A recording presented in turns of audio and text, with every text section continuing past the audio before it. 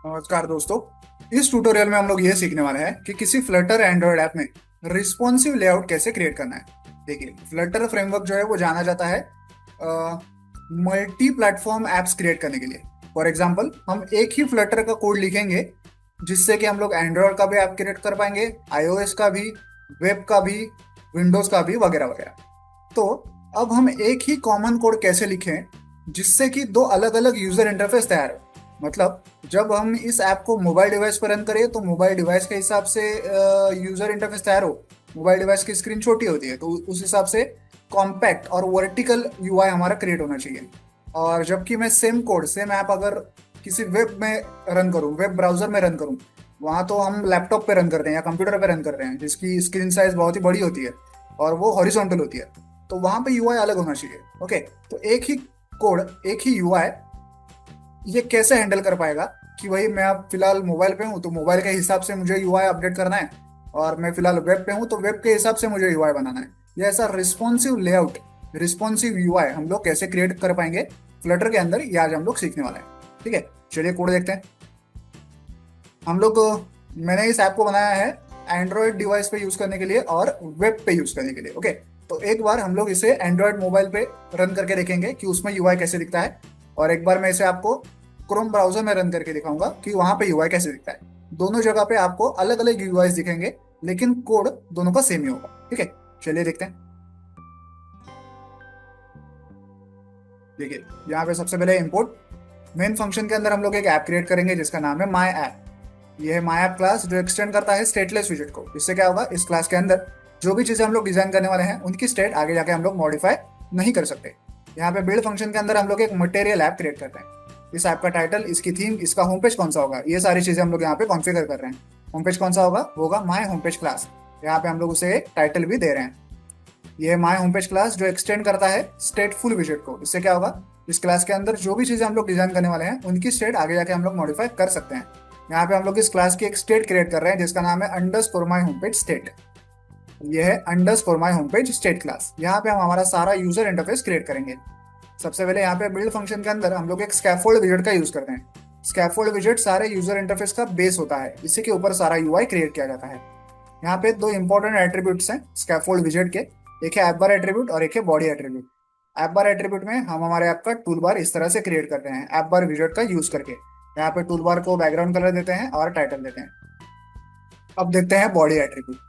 Body attribute में हम एक लेआउट बिल्डर विजेट का यूज करने वाले हैं। इसके अंदर क्या देखते हैं, लेआउट बिल्डर विजेट के अंदर एक बिल्डर एट्रीब्यूट है। इसके अंदर हम हमारा सारा यूजर इंटरफेस क्रिएट करेंगे। सबसे पहले हमें यहाँ पे ये फाइंड आउट करना है कि ये ऐप फिलहाल किस प्लेटफॉर्म पे रन किया जा रहा है, मोबाइल पे या वेब पे। तो ये कैसे फाइंड आउट करेंगे, अगर हम जिस डिवाइस पे इस ऐप को रन कर रहे हैं उसकी विड्थ 600 पॉइंट से ज्यादा हो तो इसका मतलब वो डिवाइस मोबाइल तो नहीं है, वो आइदर टैब हो सकता है या फिर वो कंप्यूटर डिवाइस है।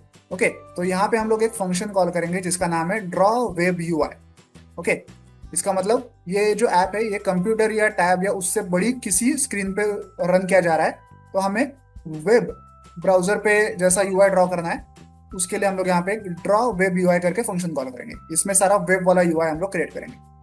और अगर ये 600 से छोटी वाली स्क्रीन है तो हम लोग यहाँ पे आएंगे, इसका मतलब ये मोबाइल डिवाइस पे रन हो रहा है ऐप फिलहाल, तो हम लोग यहाँ पे ड्रॉ मोबाइल यूआई ये फंक्शन कॉल करेंगे। ओके, दो अलग अलग फंक्शन है, दो अलग अलग यूआईज होंगे।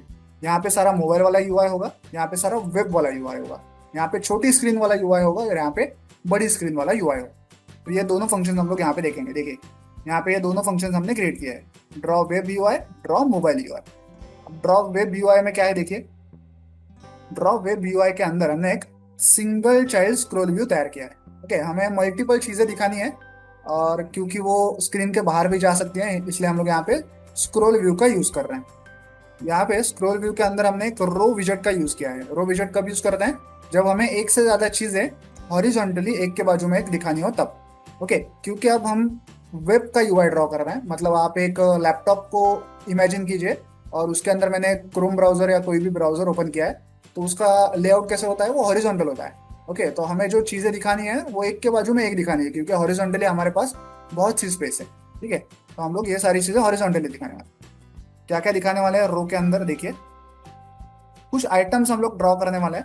ओके, टोटल 5 आइटम्स हम लोग ड्रॉ करने वाले हैं। यहाँ पे ड्रॉ आइटम करके क्लास मैंने बनाया हुआ है नीचे, जो एक विजेट है।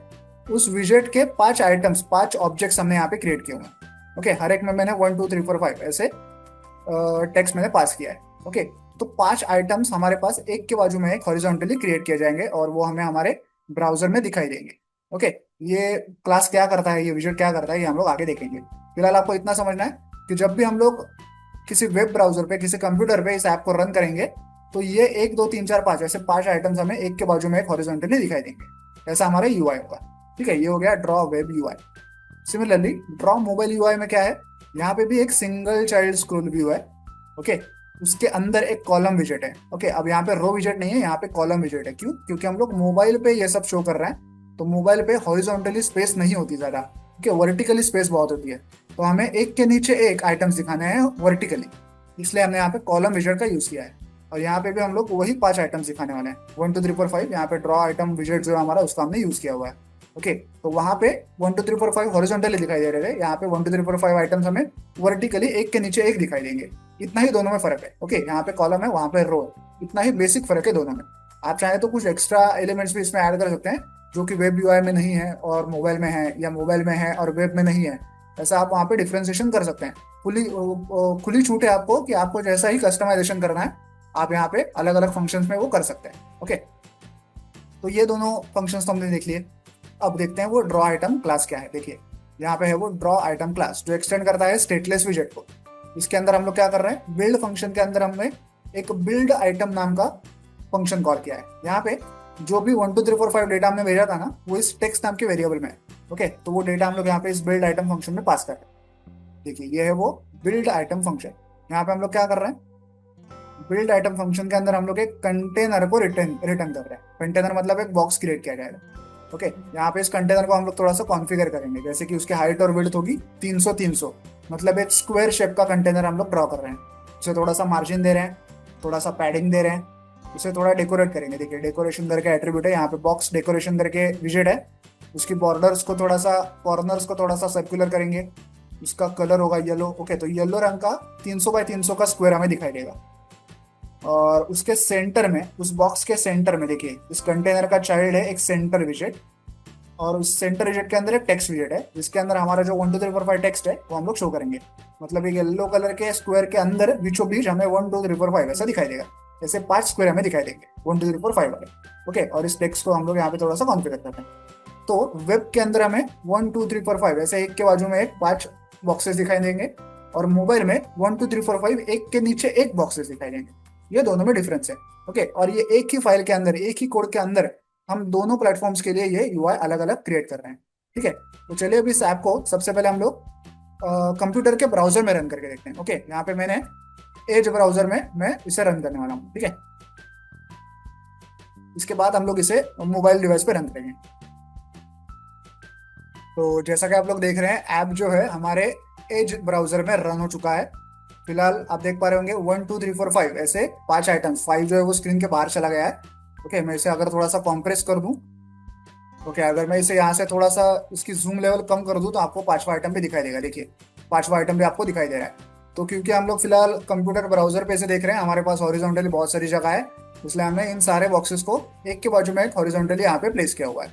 यही अब हम जब इसे मोबाइल डिवाइस पर रन करेंगे, तो ये बॉक्सेस एक के नीचे एक आपको दिखाई देंगे। ठीक है, तो ये हो गया ब्राउजर में। अब देखते हैं कि मोबाइल में ये कैसे रन होता है। चलिए, मैं अब इसे मोबाइल डिवाइस पर रन करता हूँ। तो ऐप जो है अब मोबाइल डिवाइस पर रन हो चुका है, और आप देख सकते हैं हमारे 1 2 3 4 5 जो बॉक्सेस हैं वो अब एक के नीचे एक प्लेस हुए हैं। पहले वेब ब्राउजर में वो एक के बाजू में एक थे। ओके, अब वो एक के नीचे एक हैं। ये एक ही सेम कोड से हमने 2 अलग अलग प्लेटफॉर्म्स के यूआई जो है वो क्रिएट किए हैं। तो इस प्रकार से आप किसी फ्लटर एंड्रॉइड ऐप में रिस्पॉन्सिव लेआउट्स को क्रिएट कर सकते हैं। वीडियो में दिखाए गए इस कोड को डाउनलोड करने के लिंक मैंने वीडियो के नीचे डिस्क्रिप्शन बॉक्स में दे दिया, आप चाहें तो वहां से कोड डाउनलोड कर सकते हैं। वीडियो को एंड तक देखने के लिए धन्यवाद। Thank you.